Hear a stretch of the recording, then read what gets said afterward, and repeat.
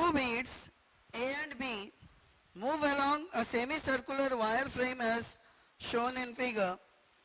The beads are connected by an inelastic string which always remains tight. At an instance, speed of A is u, where angle BAC is given 45 degree and BOC is given to be 75 degree, where O is center of the semicircular arc. The speed of the bid B at this particular instant has to be found. As B is moving along the semicircular curve, its velocity will always be tangential on the curve. As this angle is 75 degree, the remaining angle here is 105 degree, and from this particular relation the angle ABO comes out to be 30 degree.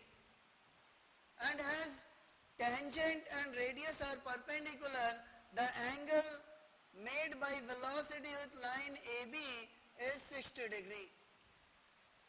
So if I consider now this particular string, here point A is moving downward with speed u, where angle with vertical is 45 degree.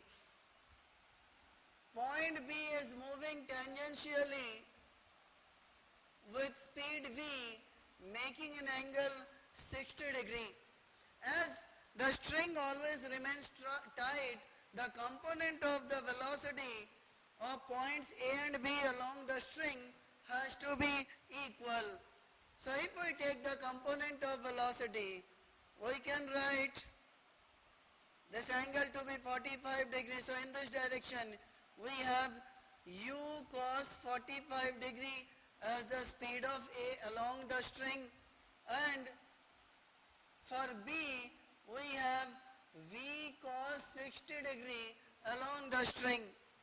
So along the string the speed has to be equal such that v cos 60 is equal to u cos 45, or v is equal to u cos 45 by cos 60, that is u into 1 by root 2 by 1 by 2, that is equal to root 2u. So tangential velocity of the bid B at this particular instant is root 2 times u, and correct answer is A.